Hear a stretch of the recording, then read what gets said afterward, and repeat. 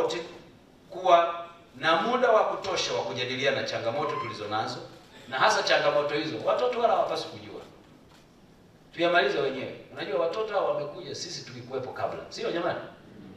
Kwa nini wakati tunagombana tunataka na wao wawe sehemu ya mjadala? Wakati tunatakutana kwani walikuwepo? Umeudhiwa na mama, mwite mama, mzungumze, mama, tuyamalize.